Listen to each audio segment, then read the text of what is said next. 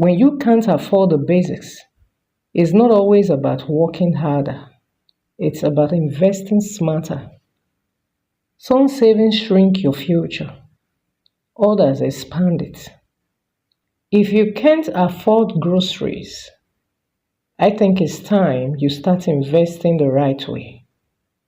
Some savings quietly drain your account, while others grow it for you. Choose the kind that credits, not those ones that debit your future. Can't afford groceries feels like a struggle. It's time to invest smarter.